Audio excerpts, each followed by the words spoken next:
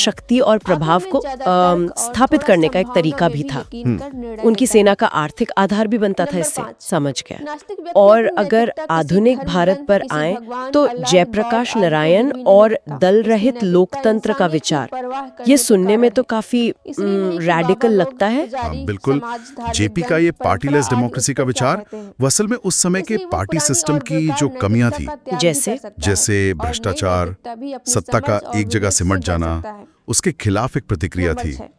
वो मानते थे कि सत्ता सीधे लोगों के हाथ में हो, स्थानीय स्तर पर, बिना पार्टियों के दखल के। लेकिन क्या ये व्यवहारिक है? आज भी इस पर बहस होती होगी। बिल्कुल, आज भी ये चर्चा का विषय है कि ये कितना प्रैक्टिकल है या नहीं। अच्छा, एक और ऐतिहासिक सवाल है, स्रोतों में किस सिख गुरु ने खुद को सच्चा बादशाह कहा था? हाँ। जवाब है गुरु हरगोबिंद सिंह जी। इसके पीछे क्या कहानी थी, कोई खास वजह? हाँ, ये उपाधि बहुत मायने रखती है। देखिए, उस समय मुगल साम्राज्य का दबाव बढ़ रहा था जी। गुरु हरगोबिंद सिंह जी भी सिखों को सैन्य रूप से भी संगठित करना शुरू किया। तो सच्चा बादशाह की उपाधि लेना ये दिखाता था कि वो सिर्फ आध्यात्मिक गुरु नहीं है, बल्कि दुनियावी मामलों में भी अपने लोगों के रक्षक और शासक हैं। मतलब मुगल बादशाह के बराबर एक शक्ति। ओह अच्छा, ये कॉन्टेक्स्ट जरूरी है। चलिए अब जरा रोजमर्रा के विज्ञान की तरफ चलते हैं। एक बहुत आम सी चीज, पानी पर तेल की बूंद फैल जाती है। स्रोत कहते हैं इसका कारण तेल का पृष्ठ तनाव, मतलब सरफेस टेंशन, पानी से कम होना है। इसे आसान शब्दों में समझाएंगे? जरूर। पृष्ठ तनाव आप समझिए कि किसी भी तरल की सतह पर जो अणु होते हैं ना, उनके बीच का खिंचाव है, एक फोर्स जो उन्हें एक साथ रखती है। ठीक है। पानी के अणुओं में ये खिंचाव बहुत मजबूत होता है, वो एक दूसरे को कसकर पकड़े रहते हैं। तेल के अणुओं में ये खिंचाव काफी कमजोर होता है। तो जैसे ही तेल पानी पर गिरता है, पानी के मजबूत अणु उसे अपनी सतह से दूर धकेलते हैं और तेल के कमजोर बंध वाले अणु वो आसानी से फैल जाते हैं। बस यही है। वाह, कितना सरल है। अब एक बड़े स्केल पर चलते हैं, सूरज की ऊर्जा। स्रोत कहते हैं कि इसका सोर्स नाभिकीय संलयन है, फ्यूजन। विखंडन नहीं, मतलब फिशन नहीं। हाँ, बिल्कुल सही। ये दोनों अलग कैसे हैं, फ्यूजन और फिशन? देखिए, नाभिकीय संलयन यानी फ्यूजन में बहुत ज्यादा दबाव और तापमान पर हल्के परमाणुओं जैसे हाइड्रोजन वो आपस में जुड़कर एक भारी परमाणु बनाते हैं, जैसे हीलियम। अच्छा। और इस प्रोसेस में बहुत ज्यादा, मतलब भारी मात्रा में ऊर्जा निकलती है। यही सूरज की शक्ति है। और विखंडन? दूसरी तरफ विखंडन या फिजन में एक भारी परमाणु जैसे यूरेनियम वो टूटकर हल्के परमाणु बनाता है और ऊर्जा छोड़ता है। सूरज फ्यूजन पर चलता है, हमारे परमाणु रिएक्टर अक्सर फिशन पर। समझ गया। और रात में तारे क्यों टिमटिमाते हैं? हमें तो लगता है वो खुद जल बुझ रहे हैं। ऐसा ही लगता है। पर स्रोत कहते हैं ये वायुमंडलीय अपवर्तन, एटमॉस्फेरिक रिफ्रैक्शन के कारण है। ये क्या चीज है? असल में तारे तो लगातार चमक रहे होते हैं। उनकी रोशनी जब पृथ्वी के वायुमंडल से गुजरती है ना, तो उसे हवा की अलग अलग परतों से होके आना पड़ता है। और इन परतों का तापमान, उनका घनत्व सब अलग अलग होता है। अच्छा। तो जैसे पानी में देखने पर चीजें थोड़ी हिली हुई दिखती है ना, वैसे ही हवा की ये परतें तारे की रोशनी के रास्ते को लगातार थोड़ा थोड़ा मोड़ती रहती हैं। बस इसी वजह से हमें लगता है कि तारा टिमटिमा रहा है। अरे वाह, मतलब ये एक तरह का धोखा है। हाँ, कह सकते हैं। एक खूबसूरत धोखा जिसके पीछे विज्ञान है। सही है। तकनीक की बात करें तो सोनार का जिक्र है समुद्र की गहराई मापने के लिए। ये कैसे काम करता है? सोनार का सिद्धांत काफी सीधा है। ये ध्वनि तरंगों, साउंड वेव्स का इस्तेमाल करता है। अच्छा। जहां से ध्वनि तरंगे नीचे भेजी जाती हैं, वो समुद्र तल से टकराकर वापस आती हैं। अच्छा। तो इन तरंगों के जाने और वापस आने में जो समय लगता है, उसे मापकर गहराई पता लगा ली जाती है। इसका पूरा नाम भी है sound navigation and ranging. Sound navigation and ranging, ठीक है। और ATM, इसका पूरा नाम भी स्रोतों में था? Automated teller machine. हाँ, ऑटोमेटेड टेलर मशीन। अब ये तो रोजमर्रा की चीज है, पर पूरा नाम जानना भी सामान्य जागरूकता का हिस्सा है। बिल्कुल। एक आखिरी तथ्य था, भारत में सबसे लंबा दिन 21 जून और इसी दिन अंतर्राष्ट्रीय योग दिवस भी होता है। जी हाँ। तो हमने इतिहास, राजनीति, विज्ञान, तकनीक, कई अलग अलग तथ्यों को छुआ आज। ये स्रोत दिखाते हैं कि कैसे छोटी छोटी जानकारियां मिलकर हमारी समझ को बेहतर बना सकती हैं। हाँ, ये सभी तथ्य अपनी अपनी जगह महत्वपूर्ण हैं। खासकर तेजी से कुछ जानने के लिए बढ़िया है। लेकिन यहाँ एक सोचने वाली बात भी है कि क्या इस तरह के अलग अलग फैक्ट्स जानना, मतलब रैंडम फैक्ट्स, क्या ये हमें किसी विषय की गहरी समझ वाकई देता है, या फिर ये हमें सिर्फ जानकारी के छोटे छोटे टुकड़ों तक ही सीमित रखता है? ये अच्छा सवाल है। क्या हम बस सतह पर तैर रहे हैं या सच में गहराई में उतर रहे हैं? इस पर सोचना दिलचस्प होगा। स्वागत। आज हम कुछ दिलचस्प स्रोतों की गहराई में उतर रहे हैं। इनमें सामान्य ज्ञान और विज्ञान के काफी सवाल हैं, खासकर उनके लिए जो प्रतियोगी परीक्षाओं की तैयारी कर रहे हैं या बस अपनी जानकारी बढ़ाना चाहते हैं। बिल्कुल। तो इन दस्तावेजों में देखिए, इतिहास है, राजनीति, विज्ञान, तकनीक, कई तरह के तथ्य हैं। हमारा मिशन है इनमें से जरूरी बातें निकालना, समझना। हाँ, ये स्रोत हैं ही इसलिए कि तेजी से जानकारी मिल जाए। तो हम देखेंगे कि कौन सी बातें वाकई में अहम हैं और क्यों, मतलब सिर्फ तथ्य नहीं, उनके पीछे का कॉन्टेक्स्ट क्या है। चलिए इतिहास से शुरू करते हैं। एक स्रोत में भारतीय राष्ट्रीय कांग्रेस का पहला अधिवेशन, उसका जिक्र है दिसंबर 1885 बॉम्बे में, और अध्यक्ष थे WC बनर्जी। अब ये सिर्फ एक तारीख और नाम है या इसका कुछ गहरा मतलब था? नहीं, ये तो बहुत ही महत्वपूर्ण है। समझिए कि भारत में एक संगठित राष्ट्रीय आंदोलन की औपचारिक शुरुआत थी। अच्छा। इसी अधिवेशन ने आगे के स्वतंत्रता संग्राम की नींव रखी, कह सकते हैं। और इतिहास की ही बात करें तो एक और जिक्र है सम्राट अशोक का। हाँ, मैंने भी देखा। स्रोत बताते हैं कि कलिंग युद्ध के बाद जब उन्होंने बौद्ध धर्म अपनाया तो अपनी बेटी संघमित्रा को धर्म प्रचार के लिए विदेश भेजा। ये सिर्फ एक धार्मिक कदम नहीं था, शायद हो सकता है ये एक रणनीतिक और सांस्कृतिक विस्तार की कोशिश भी रही हो। अच्छा, दिलचस्प है ये। और शिवाजी महाराज, उनके चौथ कर के बारे में क्या? स्रोत बताते हैं पड़ोसी राज्यों से लिया जाने वाला भू राजस्व था ये। हाँ, चौथ। इसका मकसद क्या था? मतलब पैसा इकट्ठा करना या कुछ और? देखिए, चौथ असल में उस इलाके की कुल आमदनी का 1/4 हिस्सा होता था। तो हाँ, राजस्व तो था ही, मराठा साम्राज्य के लिए एक बड़ा स्रोत था। पर साथ ही ये उन राज्यों पर मराठा शक्ति और प्रभाव को स्थापित करने का एक तरीका भी था।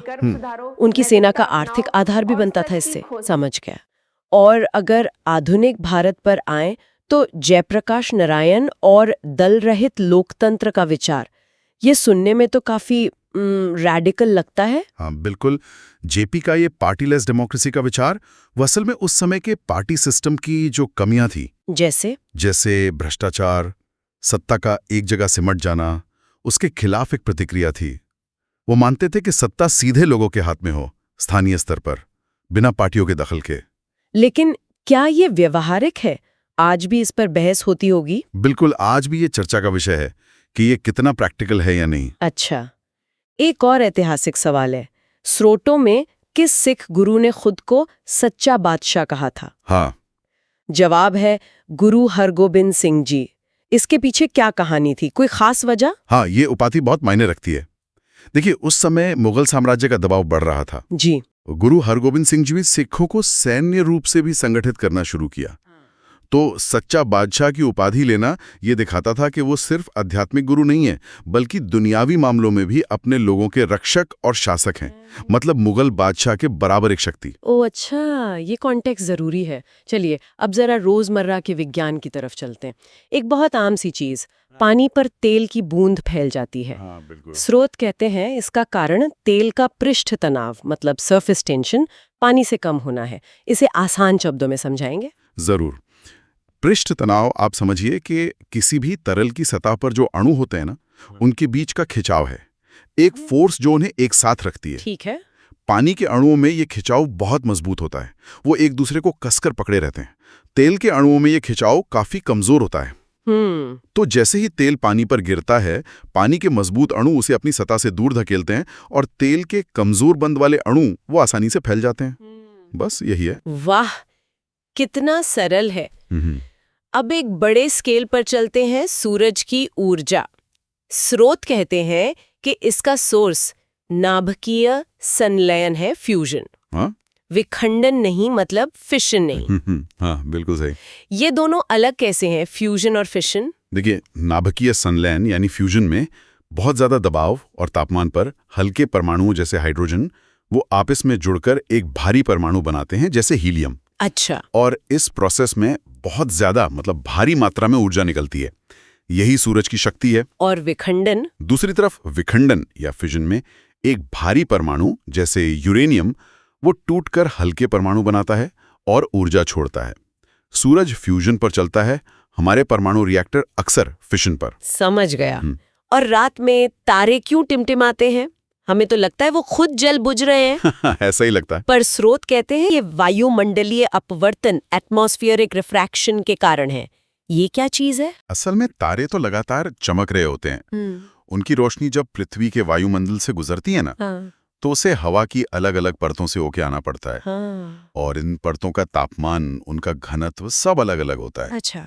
तो जैसे पानी में देखने पर चीजें थोड़ी हिली हुई दिखती है ना, वैसे ही हवा की ये परतें तारे की रोशनी के रास्ते को लगातार थोड़ा थोड़ा मोड़ती रहती हैं। बस इसी वजह से हमें लगता है कि तारा टिमटिमा रहा है। अरे वाह, मतलब ये एक तरह का धोखा है। हाँ, कह सकते हैं।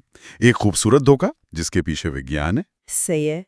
तकनीक की बात करें तो सोनार का जिक्र है समुद्र की गहराई मापने के लिए। ये कैसे काम करता है? सोनार का सिद्धांत काफी सीधा है। ये ध्वनि तरंगों, साउंड वेव्स का इस्तेमाल करता है। अच्छा। जहां से ध्वनि तरंगे नीचे भेजी जाती हैं, वो समुद्र तल से टकराकर वापस आती हैं। अच्छा। तो इन तरंगों के जाने और वापस आने में जो समय लगता है, उसे मापकर गहराई पता लगा ली जाती है। इसका पूरा नाम भी है sound navigation and ranging. Sound navigation and ranging, ठीक है। और ATM, हाँ, इसका पूरा नाम भी स्रोतों में था। Automated teller machine. हाँ, ऑटोमेटेड टेलर मशीन। अब ये तो रोजमर्रा की चीज है, पर पूरा नाम जानना भी सामान्य जागरूकता का हिस्सा है। बिल्कुल। एक आखिरी तथ्य था, भारत में सबसे लंबा दिन 21 जून, और इसी दिन अंतर्राष्ट्रीय योग दिवस भी होता है। जी हाँ। तो हमने इतिहास, राजनीति, विज्ञान, तकनीक, कई अलग अलग तथ्यों को छुआ आज। ये स्रोत दिखाते हैं कि कैसे छोटी छोटी जानकारियां मिलकर हमारी समझ को बेहतर बना सकती हैं। हाँ, ये सभी तथ्य अपनी अपनी जगह महत्वपूर्ण हैं। खासकर तेजी से कुछ जानने के लिए बढ़िया है। लेकिन यहाँ एक सोचने वाली बात भी है। क्या? कि क्या इस तरह के अलग अलग फैक्ट्स जानना, मतलब रैंडम फैक्ट्स, क्या ये हमें किसी विषय की गहरी समझ वाकई देता है, या फिर यह हमें सिर्फ जानकारी के छोटे छोटे टुकड़ों तक ही सीमित रखता है? ये अच्छा सवाल है। क्या हम बस सतह पर तैर रहे हैं या सच में गहराई में उतर रहे हैं? इस पर सोचना दिलचस्प होगा। स्वागत। आज हम कुछ दिलचस्प स्रोतों की गहराई में उतर रहे हैं। इनमें सामान्य ज्ञान और विज्ञान के काफी सवाल हैं, खासकर उनके लिए जो प्रतियोगी परीक्षाओं की तैयारी कर रहे हैं या बस अपनी जानकारी बढ़ाना चाहते हैं। बिल्कुल। तो इन दस्तावेजों में देखिए, इतिहास है, राजनीति, विज्ञान, तकनीक, कई तरह के तथ्य हैं। हमारा मिशन है इनमें से जरूरी बातें निकालना, समझना। हाँ, ये स्रोत हैं ही इसलिए कि तेजी से जानकारी मिल जाए। तो हम देखेंगे कि कौन सी बातें वाकई में अहम हैं और क्यों, मतलब सिर्फ तथ्य नहीं, उनके पीछे का कॉन्टेक्स्ट क्या है। चलिए इतिहास से शुरू करते हैं। एक स्रोत में भारतीय राष्ट्रीय कांग्रेस का पहला अधिवेशन, उसका जिक्र है दिसंबर 1885 बॉम्बे में, और अध्यक्ष थे WC बनर्जी।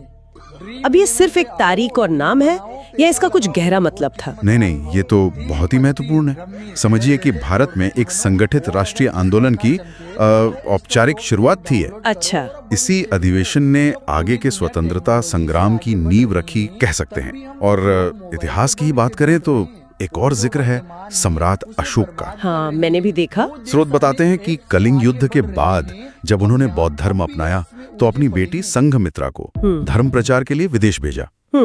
ये सिर्फ एक धार्मिक कदम नहीं था, शायद हो सकता है ये एक रणनीतिक और सांस्कृतिक विस्तार की कोशिश भी रही हो। अच्छा, दिलचस्प है ये। और शिवाजी महाराज, उनके चौथ कर के बारे में क्या? स्रोत बताते हैं पड़ोसी राज्यों से लिया जाने वाला भू राजस्व था ये। हाँ, चौथ। इसका मकसद क्या था? मतलब पैसा इकट्ठा करना या कुछ और? देखिए, चौथ असल में उस इलाके की कुल आमदनी का 1/4 हिस्सा होता था। तो हाँ, राजस्व तो था ही, मराठा साम्राज्य के लिए एक बड़ा स्रोत था जी। पर साथ ही ये उन राज्यों पर मराठा शक्ति और प्रभाव को स्थापित करने का एक तरीका भी था। उनकी सेना का आर्थिक आधार भी बनता था इससे, समझ गया। और अगर आधुनिक भारत पर आए तो जयप्रकाश नारायण और दल रहित लोकतंत्र का विचार, ये सुनने में तो काफी रैडिकल लगता है। हाँ बिल्कुल। जेपी का ये पार्टीलेस डेमोक्रेसी का विचार वो असल में उस समय के पार्टी सिस्टम की जो कमियां थी, जैसे भ्रष्टाचार, सत्ता का एक जगह सिमट जाना, उसके खिलाफ एक प्रतिक्रिया थी। वो मानते थे कि सत्ता सीधे लोगों के हाथ में हो, स्थानीय स्तर पर, बिना पार्टियों के दखल के। लेकिन क्या ये व्यवहारिक है? आज भी इस पर बहस होती होगी। बिल्कुल, आज भी ये चर्चा का विषय है कि ये कितना प्रैक्टिकल है या नहीं। अच्छा, एक और ऐतिहासिक सवाल है, स्रोतों में किस सिख गुरु ने खुद को सच्चा बादशाह कहा था? हाँ, जवाब है गुरु हरगोबिंद सिंह जी। इसके पीछे क्या कहानी थी, कोई खास वजह? हाँ, ये उपाधि बहुत मायने रखती है। देखिए, उस समय मुगल साम्राज्य का दबाव बढ़ रहा था जी। गुरु हरगोबिंद सिंह जी ने सिखों को सैन्य रूप से भी संगठित करना शुरू किया। तो सच्चा बादशाह की उपाधि लेना ये दिखाता था कि वो सिर्फ आध्यात्मिक गुरु नहीं है, बल्कि दुनियावी मामलों में भी अपने लोगों के रक्षक और शासक हैं। मतलब मुगल बादशाह के बराबर एक शक्ति। ओह अच्छा, ये कॉन्टेक्स्ट जरूरी है। चलिए अब जरा रोजमर्रा के विज्ञान की तरफ चलते हैं। एक बहुत आम सी चीज, पानी पर तेल की बूंद फैल जाती है। स्रोत कहते हैं इसका कारण तेल का पृष्ठ तनाव, मतलब सरफेस टेंशन, पानी से कम होना है। इसे आसान शब्दों में समझाएंगे? जरूर। पृष्ठ तनाव आप समझिए कि किसी भी तरल की सतह पर जो अणु होते हैं ना, उनके बीच का खिंचाव है, एक फोर्स जो उन्हें एक साथ रखती है। ठीक है। पानी के अणुओं में ये खिंचाव बहुत मजबूत होता है, वो एक दूसरे को कसकर पकड़े रहते हैं। तेल के अणुओं में ये खिंचाव काफी कमजोर होता है। तो जैसे ही तेल पानी पर गिरता है, पानी के मजबूत अणु उसे अपनी सतह से दूर धकेलते हैं और तेल के कमजोर बंद वाले अणु वो आसानी से फैल जाते हैं। बस यही है। वाह, कितना सरल है। अब एक बड़े स्केल पर चलते हैं, सूरज की ऊर्जा। स्रोत कहते हैं कि इसका सोर्स नाभिकीय संलयन है, फ्यूजन। विखंडन नहीं, मतलब फिशन नहीं। हाँ, बिल्कुल सही। ये दोनों अलग कैसे हैं, फ्यूजन और फिशन? देखिए, नाभिकीय संलयन यानी फ्यूजन में बहुत ज्यादा दबाव और तापमान पर हल्के परमाणुओं जैसे हाइड्रोजन वो आपस में जुड़कर एक भारी परमाणु बनाते हैं, जैसे हीलियम। अच्छा। और इस प्रोसेस में बहुत ज्यादा, मतलब भारी मात्रा में ऊर्जा निकलती है। यही सूरज की शक्ति है। और विखंडन? दूसरी तरफ विखंडन या फिजन में एक भारी परमाणु जैसे यूरेनियम वो टूटकर हल्के परमाणु बनाता है और ऊर्जा छोड़ता है। सूरज फ्यूजन पर चलता है, हमारे परमाणु रिएक्टर अक्सर फिशन पर। समझ गया। और रात में तारे क्यों टिमटिमाते हैं? हमें तो लगता है वो खुद जल बुझ रहे हैं। ऐसा ही लगता है। पर स्रोत कहते हैं ये वायुमंडलीय अपवर्तन, एटमॉस्फेरिक रिफ्रैक्शन के कारण है। ये क्या चीज है? असल में तारे तो लगातार चमक रहे होते हैं। उनकी रोशनी जब पृथ्वी के वायुमंडल से गुजरती है ना, तो उसे हवा की अलग अलग परतों से होके आना पड़ता है। और इन परतों का तापमान, उनका घनत्व सब अलग अलग होता है। अच्छा। तो जैसे पानी में देखने पर चीजें थोड़ी हिली हुई दिखती है ना, वैसे ही हवा की ये परतें तारे की रोशनी के रास्ते को लगातार थोड़ा थोड़ा मोड़ती रहती हैं। बस इसी वजह से हमें लगता है कि तारा टिमटिमा रहा है। अरे वाह, मतलब ये एक तरह का धोखा है। हाँ, कह सकते हैं। एक खूबसूरत धोखा जिसके पीछे विज्ञान है। सही है। तकनीक की बात करें तो सोनार का जिक्र है, समुद्र की गहराई मापने के लिए। ये कैसे काम करता है? सोनार का सिद्धांत काफी सीधा है। ये ध्वनि तरंगों, साउंड वेव्स का इस्तेमाल करता है। अच्छा। जहां से ध्वनि तरंगे नीचे भेजी जाती हैं, वो समुद्र तल से टकराकर वापस आती हैं। अच्छा। तो इन तरंगों के जाने और वापस आने में जो समय लगता है, उसे मापकर गहराई पता लगा ली जाती है। इसका पूरा नाम भी है sound navigation and ranging. Sound navigation and ranging, ठीक है। और ATM, हाँ, इसका पूरा नाम भी स्रोतों में था, ऑटोमेटेड टेलर मशीन। हाँ, ऑटोमेटेड टेलर मशीन। अब ये तो रोजमर्रा की चीज है, पर पूरा नाम जानना भी सामान्य जागरूकता का हिस्सा है। बिल्कुल। एक आखिरी तथ्य था, भारत में सबसे लंबा दिन 21 जून और इसी दिन अंतर्राष्ट्रीय योग दिवस भी होता है। जी हाँ।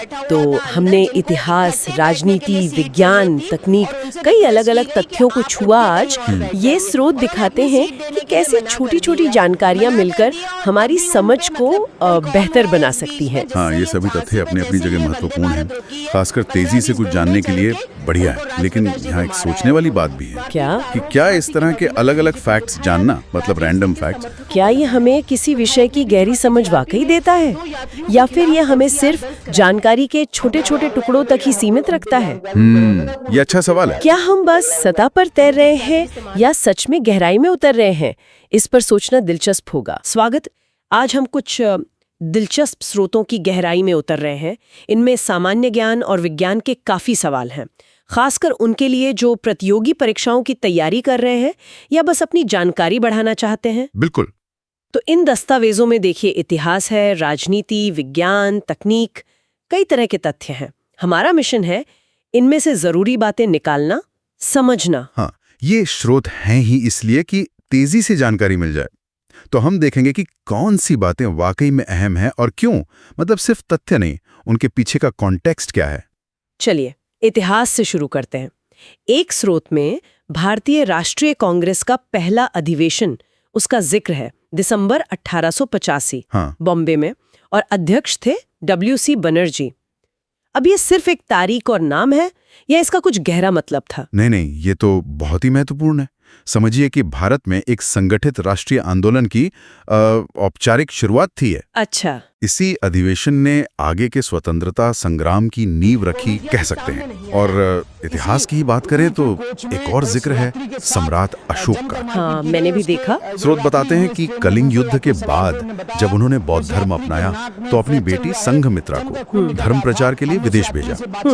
ये सिर्फ एक धार्मिक कदम नहीं था, शायद हो सकता है ये एक रणनीतिक और सांस्कृतिक विस्तार की कोशिश भी रही हो। अच्छा, दिलचस्प है ये। और शिवाजी महाराज, उनके चौथ कर के बारे में क्या? स्रोत बताते हैं पड़ोसी राज्यों से लिया जाने वाला भू राजस्व था ये। हाँ, चौथ। इसका मकसद क्या था, मतलब पैसा इकट्ठा करना या कुछ और? देखिए, चौथ असल में उस इलाके की कुल आमदनी का 1/4 हिस्सा होता था। तो हाँ, राजस्व तो था ही, मराठा साम्राज्य के लिए एक बड़ा स्रोत था। पर साथ ही ये उन राज्यों पर मराठा शक्ति और प्रभाव को स्थापित करने का एक तरीका भी था।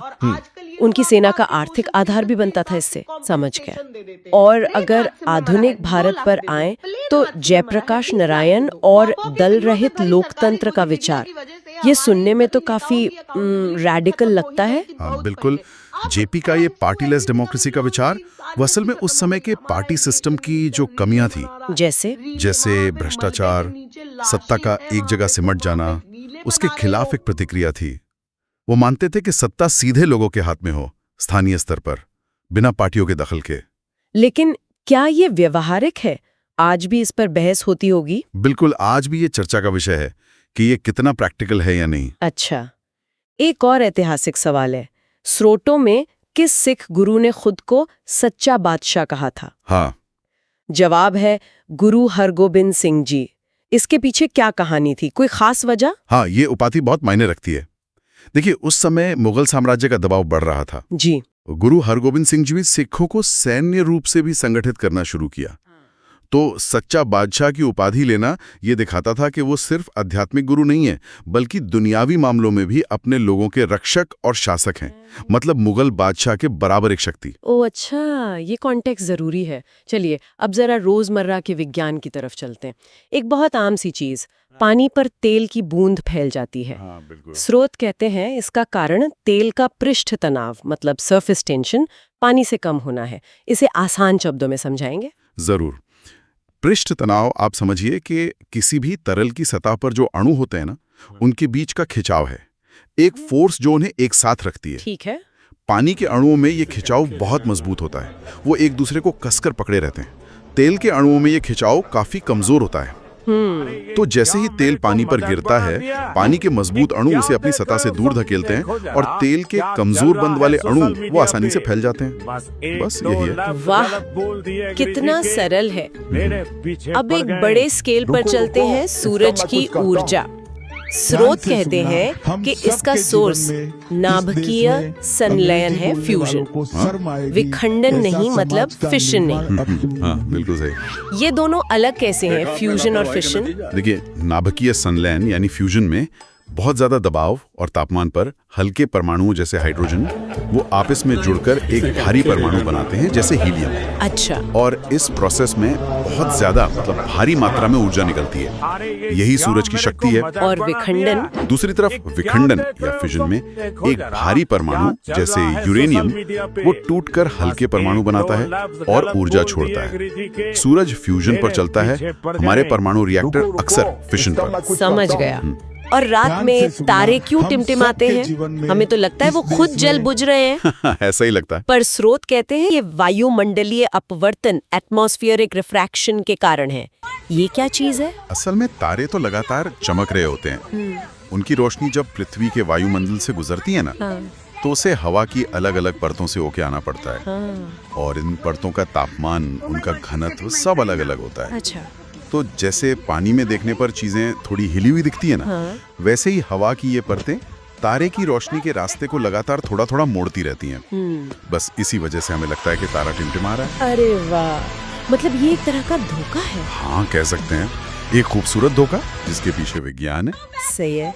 तकनीक की बात करें तो सोनार का जिक्र है समुद्र की गहराई मापने के लिए। ये कैसे काम करता है? सोनार का सिद्धांत काफी सीधा है। ये ध्वनि तरंगों, साउंड वेव्स का इस्तेमाल करता है। अच्छा। जहां से ध्वनि तरंगे नीचे भेजी जाती हैं, वो समुद्र तल से टकराकर वापस आती हैं। अच्छा। तो इन तरंगों के जाने और वापस आने में जो समय लगता है, उसे मापकर गहराई पता लगा ली जाती है। इसका पूरा नाम भी है sound navigation and ranging. Sound navigation and ranging. ठीक है। और ATM, हाँ, इसका पूरा नाम भी स्रोतों में था। Automated teller machine. हाँ, ऑटोमेटेड टेलर मशीन। अब ये तो रोजमर्रा की चीज है, पर पूरा नाम जानना भी सामान्य जागरूकता का हिस्सा है। बिल्कुल। एक आखिरी तथ्य था, भारत में सबसे लंबा दिन 21 जून और इसी दिन अंतर्राष्ट्रीय योग दिवस भी होता है। जी हाँ। तो हमने इतिहास, राजनीति, विज्ञान, तकनीक, कई अलग अलग तथ्यों को छुआ आज। ये स्रोत दिखाते हैं कि कैसे छोटी छोटी जानकारियां मिलकर हमारी समझ को बेहतर बना सकती हैं। हाँ, ये सभी तथ्य अपनी अपनी जगह महत्वपूर्ण हैं। खासकर तेजी से कुछ जानने के लिए बढ़िया है। लेकिन यहाँ एक सोचने वाली बात भी है। क्या? कि क्या इस तरह के अलग अलग फैक्ट्स जानना, मतलब रैंडम फैक्ट्स, क्या ये हमें किसी विषय की गहरी समझ वाकई देता है, या फिर ये हमें सिर्फ जानकारी के छोटे छोटे टुकड़ों तक ही सीमित रखता है? ये अच्छा सवाल है। क्या हम बस सतह पर तैर रहे हैं या सच में गहराई में उतर रहे हैं? इस पर सोचना दिलचस्प होगा। स्वागत। आज हम कुछ दिलचस्प स्रोतों की गहराई में उतर रहे हैं। इनमें सामान्य ज्ञान और विज्ञान के काफी सवाल हैं, खासकर उनके लिए जो प्रतियोगी परीक्षाओं की तैयारी कर रहे हैं या बस अपनी जानकारी बढ़ाना चाहते हैं। बिल्कुल।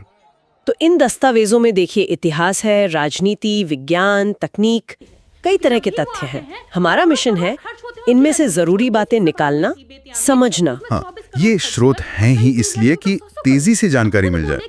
तो हम देखेंगे कि कौन सी बातें वाकई में अहम हैं और क्यों, मतलब सिर्फ तथ्य नहीं, उनके पीछे का कॉन्टेक्स्ट क्या है। चलिए इतिहास से शुरू करते हैं। एक स्रोत में भारतीय राष्ट्रीय कांग्रेस का पहला अधिवेशन, उसका जिक्र है दिसंबर 1885 बॉम्बे में, और अध्यक्ष थे WC बनर्जी। अब ये सिर्फ एक तारीख और नाम है या इसका कुछ गहरा मतलब था? नहीं, ये तो बहुत ही महत्वपूर्ण है। समझिए कि भारत में एक संगठित राष्ट्रीय आंदोलन की औपचारिक शुरुआत थी। अच्छा। इसी अधिवेशन ने आगे के स्वतंत्रता संग्राम की नींव रखी, कह सकते हैं। और इतिहास की बात करें तो एक और जिक्र है सम्राट अशोक का। हाँ, मैंने भी देखा। स्रोत बताते हैं कि कलिंग युद्ध के बाद जब उन्होंने बौद्ध धर्म अपनाया तो अपनी बेटी संघमित्रा को धर्म प्रचार के लिए विदेश भेजा। ये सिर्फ एक धार्मिक कदम नहीं था, शायद हो सकता है ये एक रणनीतिक और सांस्कृतिक विस्तार की कोशिश भी रही हो। अच्छा, दिलचस्प है ये। और शिवाजी महाराज, उनके चौथ कर के बारे में क्या? स्रोत बताते हैं पड़ोसी राज्यों से लिया जाने वाला भू राजस्व था ये। हाँ, चौथ। इसका मकसद क्या था? मतलब पैसा इकट्ठा करना या कुछ और? देखिए, चौथ असल में उस इलाके की कुल आमदनी का 1/4 हिस्सा होता था। तो हाँ, राजस्व तो था ही, मराठा साम्राज्य के लिए एक बड़ा स्रोत था, पर साथ ही ये उन राज्यों पर मराठा शक्ति और प्रभाव को स्थापित करने का एक तरीका भी था। उनकी सेना का आर्थिक आधार भी बनता था इससे, समझ गए। और अगर आधुनिक भारत पर आए तो जयप्रकाश नारायण और दल रहित लोकतंत्र का विचार, ये सुनने में तो काफी रैडिकल लगता है। हाँ, बिल्कुल। जेपी का ये पार्टीलेस डेमोक्रेसी का विचार वो असल में उस समय के पार्टी सिस्टम की जो कमियां थी, जैसे भ्रष्टाचार, सत्ता का एक जगह सिमट जाना, उसके खिलाफ एक प्रतिक्रिया थी। वो मानते थे कि सत्ता सीधे लोगों के हाथ में हो, स्थानीय स्तर पर, बिना पार्टियों के दखल के। लेकिन क्या ये व्यवहारिक है? आज भी इस पर बहस होती होगी। बिल्कुल, आज भी ये चर्चा का विषय है कि ये कितना प्रैक्टिकल है या नहीं। अच्छा, एक और ऐतिहासिक सवाल है। स्रोतों में किस सिख गुरु ने खुद को सच्चा बादशाह कहा था? हाँ। जवाब है गुरु हरगोबिंद सिंह जी। इसके पीछे क्या कहानी थी? कोई खास वजह? हाँ, ये उपाधि बहुत मायने रखती है। देखिए, उस समय मुगल साम्राज्य का दबाव बढ़ रहा था जी। गुरु हरगोबिंद सिंह जी ने सिखों को सैन्य रूप से भी संगठित करना शुरू किया। तो सच्चा बादशाह की उपाधि लेना ये दिखाता था कि वो सिर्फ आध्यात्मिक गुरु नहीं है, बल्कि दुनियावी मामलों में भी अपने लोगों के रक्षक और शासक हैं। मतलब मुगल बादशाह के बराबर एक शक्ति। ओह अच्छा, ये कॉन्टेक्स्ट जरूरी है। चलिए अब जरा रोजमर्रा के विज्ञान की तरफ चलते हैं। एक बहुत आम सी चीज, पानी पर तेल की बूंद फैल जाती है। स्रोत कहते हैं इसका कारण तेल का पृष्ठ तनाव, मतलब सरफेस टेंशन, पानी से कम होना है। इसे आसान शब्दों में समझाएंगे? जरूर। लेकिन पृष्ठ तनाव आप समझिए कि किसी भी तरल की सतह पर जो अणु होते हैं ना, उनके बीच का खिंचाव है, एक फोर्स जो उन्हें एक साथ रखती है। पानी के अणुओं में ये खिंचाव बहुत मजबूत होता है, वो एक दूसरे को कसकर पकड़े रहते हैं। तेल के अणुओं में ये खिंचाव काफी कमजोर होता है। तो जैसे ही तेल पानी पर गिरता है, पानी के मजबूत अणु उसे अपनी सतह से दूर धकेलते हैं और तेल के कमजोर बंध वाले अणु वो आसानी से फैल जाते हैं। बस यही है। वाह, कितना सरल है। अब एक बड़े स्केल पर चलते हैं, सूरज की ऊर्जा। स्रोत कहते हैं कि इसका सोर्स नाभिकीय संलयन है, फ्यूजन। विखंडन नहीं, मतलब फिशन नहीं। बिल्कुल सही। ये दोनों अलग कैसे हैं, फ्यूजन और फिशन? देखिए, नाभिकीय संलयन यानी फ्यूजन में बहुत ज्यादा दबाव और तापमान पर हल्के परमाणुओं जैसे हाइड्रोजन वो आपस में जुड़कर एक भारी परमाणु बनाते हैं, जैसे हीलियम। अच्छा। और इस प्रोसेस में बहुत ज्यादा, मतलब भारी मात्रा में ऊर्जा निकलती है। यही सूरज की शक्ति है। और विखंडन? दूसरी तरफ विखंडन या फिजन में एक भारी परमाणु जैसे यूरेनियम वो टूटकर हल्के परमाणु बनाता है और ऊर्जा छोड़ता है। सूरज फ्यूजन पर चलता है, हमारे परमाणु रिएक्टर अक्सर फिशन पर। समझ गया।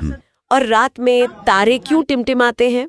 हमें तो लगता है वो खुद जल बुझ रहे हैं। ऐसा ही लगता है। पर स्रोत कहते हैं ये वायुमंडलीय अपवर्तन, एटमॉस्फेरिक रिफ्रैक्शन के कारण है। ये क्या चीज है? असल में तारे तो लगातार चमक रहे होते हैं। उनकी रोशनी जब पृथ्वी के वायुमंडल से गुजरती है ना, तो उसे हवा की अलग अलग परतों से होके आना पड़ता है। और इन परतों का तापमान, उनका घनत्व सब अलग अलग होता है। अच्छा। तो जैसे पानी में देखने पर चीजें थोड़ी हिली हुई दिखती है ना, वैसे ही हवा की ये परतें तारे की रोशनी के रास्ते को लगातार थोड़ा थोड़ा मोड़ती रहती हैं। बस इसी वजह से हमें लगता है कि तारा टिमटिमा रहा है। अरे वाह, मतलब ये एक तरह का धोखा है। हाँ, कह सकते हैं, एक खूबसूरत धोखा जिसके पीछे विज्ञान है। सही है। तकनीक की बात करें तो सोनार का जिक्र है, समुद्र की गहराई मापने के लिए। ये कैसे काम करता है? सोनार का सिद्धांत काफी सीधा है। ये ध्वनि तरंगों, साउंड वेव्स का इस्तेमाल करता है। अच्छा। जहाज से ध्वनि तरंगे नीचे भेजी जाती हैं, वो समुद्र तल से टकराकर वापस आती हैं। अच्छा। तो इन तरंगों के जाने और वापस आने में जो समय लगता है, उसे मापकर गहराई पता लगा ली जाती है। इसका पूरा नाम भी है sound navigation and ranging. Sound navigation and ranging, ठीक है। और ATM, इसका पूरा नाम भी स्रोतों में था। Automated teller machine. हाँ, ऑटोमेटेड टेलर मशीन। अब ये तो रोजमर्रा की चीज है, पर पूरा नाम जानना भी सामान्य जागरूकता का हिस्सा है। बिल्कुल। एक आखिरी तथ्य था, भारत में सबसे लंबा दिन 21 जून, और इसी दिन अंतर्राष्ट्रीय योग दिवस भी होता है। जी हाँ। तो हमने इतिहास, राजनीति, विज्ञान, तकनीक, कई अलग अलग तथ्यों को छुआ आज। ये स्रोत दिखाते हैं कि कैसे छोटी छोटी जानकारियां मिलकर हमारी समझ को बेहतर बना सकती हैं। हाँ, ये सभी तथ्य अपने अपनी जगह महत्वपूर्ण हैं। खासकर तेजी से कुछ जानने के लिए बढ़िया है, लेकिन यहाँ एक सोचने वाली बात भी है। क्या? कि क्या इस तरह के अलग अलग फैक्ट्स जानना, मतलब रैंडम फैक्ट्स, क्या ये हमें किसी विषय की गहरी समझ वाकई देता है, या फिर ये हमें सिर्फ जानकारी के छोटे छोटे टुकड़ों तक ही सीमित रखता है? ये अच्छा सवाल है। क्या हम बस सतह पर तैर रहे हैं या सच में गहराई में उतर रहे हैं? इस पर सोचना दिलचस्प होगा। स्वागत। आज हम कुछ दिलचस्प स्रोतों की गहराई में उतर रहे हैं। इनमें सामान्य ज्ञान और विज्ञान के काफी सवाल हैं, खासकर उनके लिए जो प्रतियोगी परीक्षाओं की तैयारी कर रहे हैं या बस अपनी जानकारी बढ़ाना चाहते हैं। बिल्कुल। तो इन दस्तावेजों में देखिए, इतिहास है, राजनीति, विज्ञान, तकनीक, कई तरह के तथ्य हैं। हमारा मिशन है इनमें से जरूरी बातें निकालना, समझना। हाँ, ये स्रोत हैं ही इसलिए कि तेजी से जानकारी मिल जाए। तो हम देखेंगे कि कौन सी बातें वाकई में अहम हैं और क्यों, मतलब सिर्फ तथ्य नहीं, उनके पीछे का कॉन्टेक्स्ट क्या है। चलिए इतिहास से शुरू करते हैं। एक स्रोत में भारतीय राष्ट्रीय कांग्रेस का पहला अधिवेशन, उसका जिक्र है दिसंबर 1885 बॉम्बे में, और अध्यक्ष थे WC बनर्जी। अब ये सिर्फ एक तारीख और नाम है या इसका कुछ गहरा मतलब था? नहीं, ये तो बहुत ही महत्वपूर्ण है। समझिए कि भारत में एक संगठित राष्ट्रीय आंदोलन की औपचारिक शुरुआत थी। अच्छा। इसी अधिवेशन ने आगे के स्वतंत्रता संग्राम की नींव रखी, कह सकते हैं। और इतिहास की बात करें तो एक और जिक्र है सम्राट अशोक का। हाँ, मैंने भी देखा। स्रोत बताते हैं कि कलिंग युद्ध के बाद जब उन्होंने बौद्ध धर्म अपनाया तो अपनी बेटी संघमित्रा को धर्म प्रचार के लिए विदेश भेजा। ये सिर्फ एक धार्मिक कदम नहीं था, शायद हो सकता है ये एक रणनीतिक और सांस्कृतिक विस्तार की कोशिश भी रही हो। अच्छा, दिलचस्प है ये। और शिवाजी महाराज, उनके चौथ कर के बारे में क्या? स्रोत बताते हैं पड़ोसी राज्यों से लिया जाने वाला भू राजस्व था ये। हाँ, चौथ। इसका मकसद क्या था? मतलब पैसा इकट्ठा करना या कुछ और? देखिए, चौथ असल में उस इलाके की कुल आमदनी का 1/4 हिस्सा होता था। तो हाँ, राजस्व तो था ही, मराठा साम्राज्य के लिए एक बड़ा स्रोत था जी। पर साथ ही ये उन राज्यों पर मराठा शक्ति और प्रभाव को स्थापित करने का एक तरीका भी था। उनकी सेना का आर्थिक आधार भी बनता था इससे, समझ गया। और अगर आधुनिक भारत पर आए तो जयप्रकाश नारायण और दल रहित लोकतंत्र का विचार, ये सुनने में तो काफी रैडिकल लगता है। हाँ, बिल्कुल। जेपी का ये पार्टीलेस डेमोक्रेसी का विचार वो असल में उस समय के पार्टी सिस्टम की जो कमियां थी, जैसे भ्रष्टाचार, सत्ता का एक जगह सिमट जाना, उसके खिलाफ एक प्रतिक्रिया थी। वो मानते थे कि सत्ता सीधे लोगों के हाथ में हो, स्थानीय स्तर पर, बिना पार्टियों के दखल के। लेकिन क्या ये व्यवहारिक है? आज भी इस पर बहस होती होगी। बिल्कुल, आज भी ये चर्चा का विषय है कि ये कितना प्रैक्टिकल है या नहीं। अच्छा, एक और ऐतिहासिक सवाल है। स्रोतों में किस सिख गुरु ने खुद को सच्चा बादशाह कहा था? हाँ, जवाब है गुरु हरगोबिंद सिंह जी। इसके पीछे क्या कहानी थी? कोई खास वजह? हाँ, ये उपाधि बहुत मायने रखती है। देखिए, उस समय मुगल साम्राज्य का दबाव बढ़ रहा था जी। गुरु हरगोबिंद सिंह जी ने सिखों को सैन्य रूप से भी संगठित करना शुरू किया। तो सच्चा बादशाह की उपाधि लेना ये दिखाता था कि वो सिर्फ आध्यात्मिक गुरु नहीं है, बल्कि दुनियावी मामलों में भी अपने लोगों के रक्षक और शासक हैं।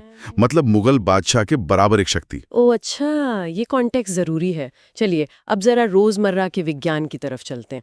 एक बहुत आम सी चीज, पानी पर तेल की बूंद फैल जाती है। हाँ, बिल्कुल। स्रोत कहते हैं इसका कारण तेल का पृष्ठ तनाव, मतलब सरफेस टेंशन, पानी से कम होना है। इसे आसान शब्दों में समझाएंगे? जरूर। पृष्ठ तनाव आप समझिए कि किसी भी तरल की सतह पर जो अणु होते हैं ना, उनके बीच का खिंचाव है, एक फोर्स जो उन्हें एक साथ रखती है। ठीक है। पानी के अणुओं में ये खिंचाव बहुत मजबूत होता है, वो एक दूसरे को कसकर पकड़े रहते हैं। तेल के अणुओं में ये खिंचाव काफी कमजोर होता है। तो जैसे ही तेल पानी पर गिरता है, पानी के मजबूत अणु उसे अपनी सतह से दूर धकेलते हैं और तेल के कमजोर बंद वाले अणु वो आसानी से फैल जाते हैं। बस यही है। वाह, कितना सरल है। अब एक बड़े स्केल पर चलते हैं, सूरज की ऊर्जा। स्रोत कहते हैं कि इसका सोर्स नाभिकीय संलयन है, फ्यूजन। हाँ?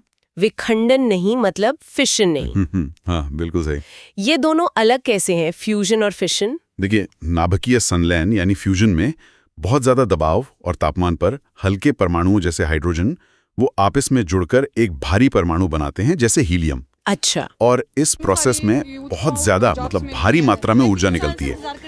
यही सूरज की शक्ति है। और विखंडन? दूसरी तरफ विखंडन या फिजन में एक भारी परमाणु जैसे यूरेनियम वो टूटकर हल्के परमाणु बनाता है और ऊर्जा छोड़ता है। सूरज फ्यूजन पर चलता है, हमारे परमाणु रिएक्टर अक्सर फिशन पर। समझ गया। और रात में तारे क्यों टिमटिमाते हैं? हमें तो लगता है वो खुद जल बुझ रहे हैं। ऐसा ही लगता है। पर स्रोत कहते हैं ये वायुमंडलीय अपवर्तन, एटमॉस्फेरिक रिफ्रैक्शन के कारण है। ये क्या चीज है? असल में तारे तो लगातार चमक रहे होते हैं। उनकी रोशनी जब पृथ्वी के वायुमंडल से गुजरती है ना, तो उसे हवा की अलग अलग परतों से होके आना पड़ता है। और इन परतों का तापमान, उनका घनत्व सब अलग अलग होता है। अच्छा। तो जैसे पानी में देखने पर चीजें थोड़ी हिली हुई दिखती है ना, वैसे ही हवा की ये परतें तारे की रोशनी के रास्ते को लगातार थोड़ा थोड़ा मोड़ती रहती हैं। बस इसी वजह से हमें लगता है कि तारा टिमटिमा रहा है। अरे वाह, मतलब ये एक तरह का धोखा है। हाँ, कह सकते हैं।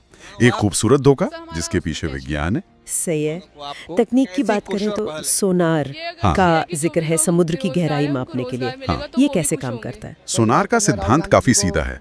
ये ध्वनि तरंगों, साउंड वेव्स का इस्तेमाल करता है। अच्छा। जहाज से ध्वनि तरंगे नीचे भेजी जाती हैं, वो समुद्र तल से टकराकर वापस आती हैं। अच्छा। तो इन तरंगों के जाने और वापस आने में जो समय लगता है, उसे मापकर गहराई पता लगा ली जाती है। इसका पूरा नाम भी है sound navigation and ranging. Sound navigation and ranging. ठीक है।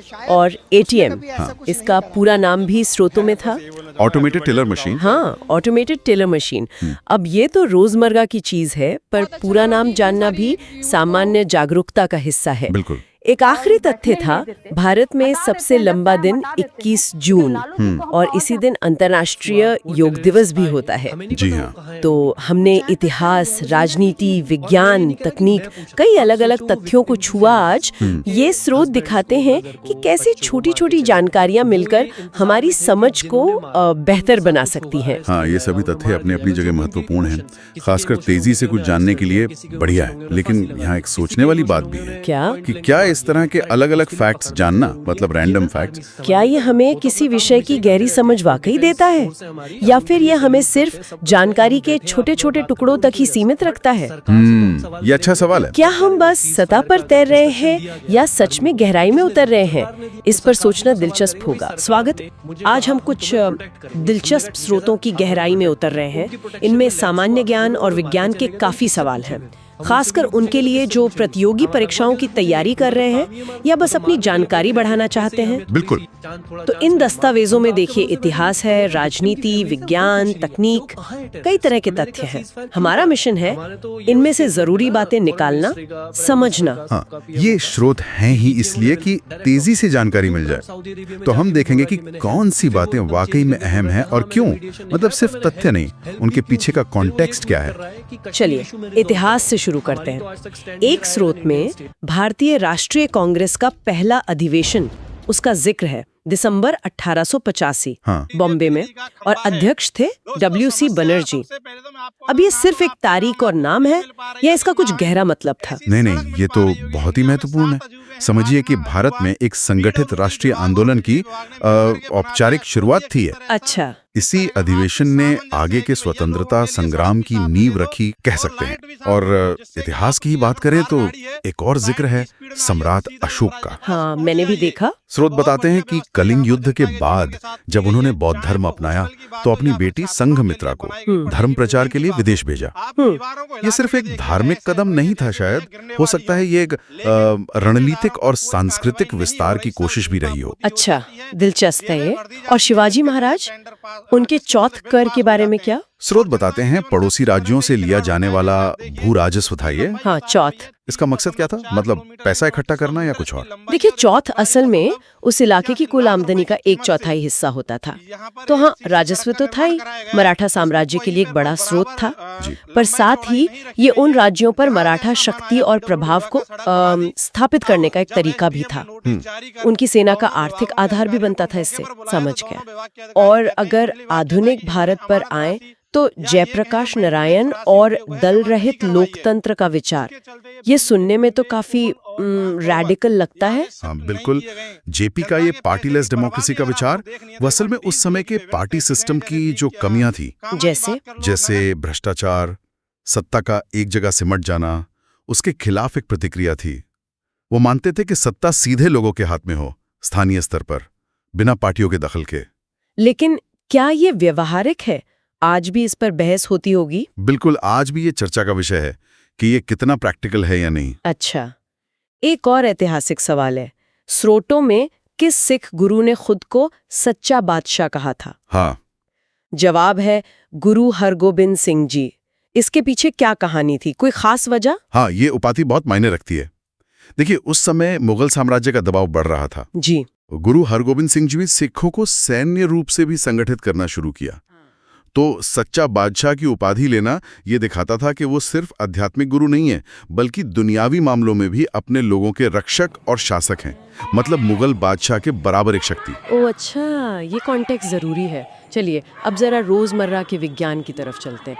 एक बहुत आम सी चीज, पानी पर तेल की बूंद फैल जाती है। हाँ, बिल्कुल। स्रोत कहते हैं इसका कारण तेल का पृष्ठ तनाव, मतलब सरफेस टेंशन, पानी से कम होना है। इसे आसान शब्दों में समझाएंगे? जरूर।